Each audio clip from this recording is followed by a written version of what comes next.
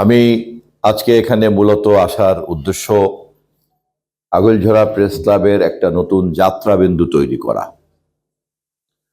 এবং আজকের পর থেকে এই যাত্রাবিন্দুটা হবে সাংবাদিকতার পরিচয় যারা এখানে আগৈলঝরাতে দেয় বা গণমাধ্যমে কাজ করে, সে যাই করুক না কেন, যেই এই কথা বলবে তাদেরকে যদি কোনো সংগঠন করতে হয় সেটা একটা সংগঠন হবে।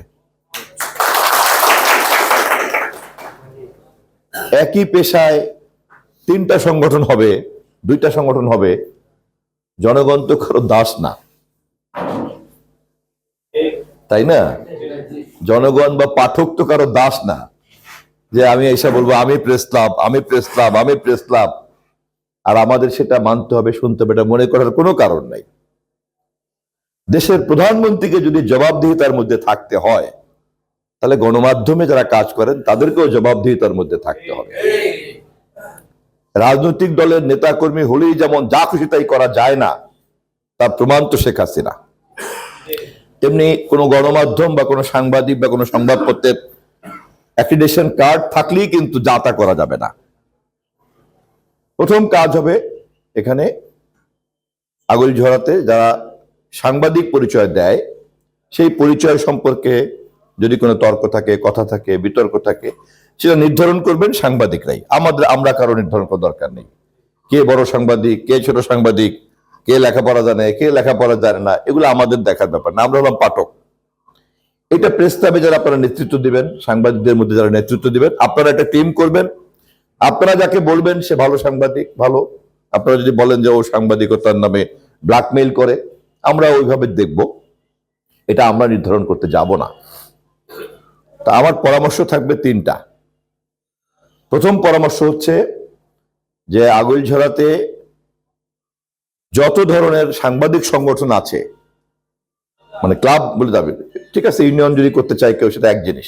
রিপোর্টার্স ইউনিয়ন করলেন, কেউ সাংবাদিক ইউনিয়ন করলেন, ফোরাম করলেন, সেটা আপনাদের খুশি।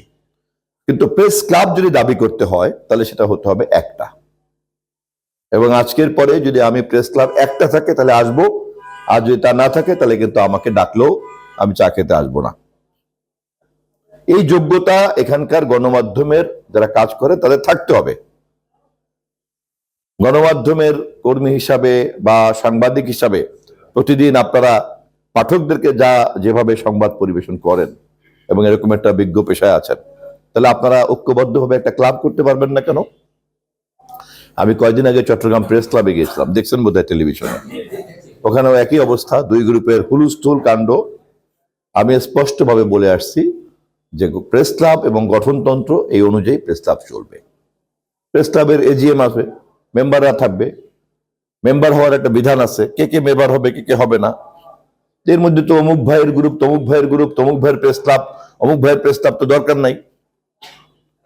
তা আমি এই কথা যদি সারা দেশে সব জায়গায় যেখানে বিবাদমান প্রেস ক্লাবকে বলতে হয়, ওরা যদি আমারে বলে যে এত জ্ঞান দেন, আপনার নিজের উপজেলায় তো প্রেস ক্লাব দুইটা, একটা মডেল আর একটা আনমডেল, তা কি বলবো তখন?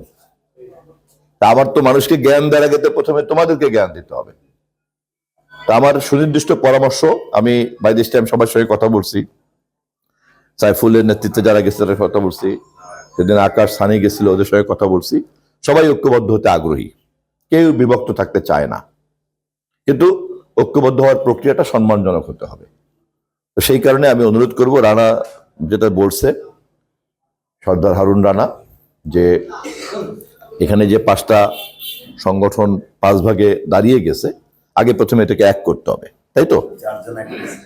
তো এর মধ্যে 4 জন তো অলরেডি ঐক্যবদ্ধ হয়েছে। আমি আকাশকে আর সানিকেও আজকে ডাকছি এখানে।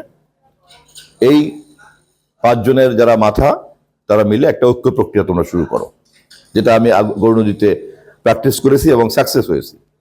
এই ঐক্য প্রক্রিয়ার কাজ হবে, একদিকে সঠিক সাংবাদিকের সংজ্ঞা নির্ধারণ করবে, আর একদিকে গঠনতন্ত্র তৈরি করবে।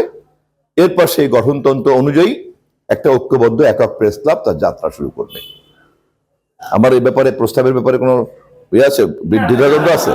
আচ্ছা, তাহলে আমার এই পরামর্শ বৈঠকের পরে, এই আজকের এই আলোচনার পরে তোমরা পক্ষ থেকে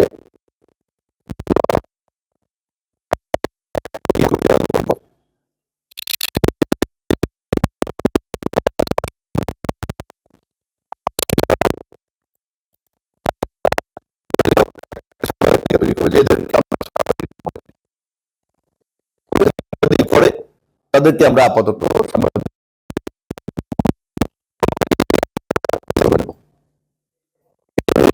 গঠনতন্ত্র তৈরি করবো। সেই গঠনতন্ত্র ওই সদস্যরা ভোটাভুটির মাধ্যমে নেতৃত্ব নির্বাচন করবে। ঠিক আছে প্রক্রিয়াটা? তাহলে আমি আর কথা বাড়াবো না। এই ঐক্য প্রক্রিয়া শেষ করার পরে যখন তোমরা ঐক্যবদ্ধভাবে একটা একক প্রস্তাব তৈরি করবা, দেন সমাজ কল্যাণ মন্ত্রণালয় থেকে আমি একটা রেজিস্ট্রেশন করাই দেবো ইউনো সাহেবের মাধ্যমে। রেজিস্ট্রেশন করার পরে তোমাদের এই অবকাঠামোকে উন্নত করা, নানান রকম সুযোগ সুবিধা দেয়া, তখন মন্ত্রী হিসেবে আমার জন্য এটা খুব সহজ কাজ হয়ে যাবে।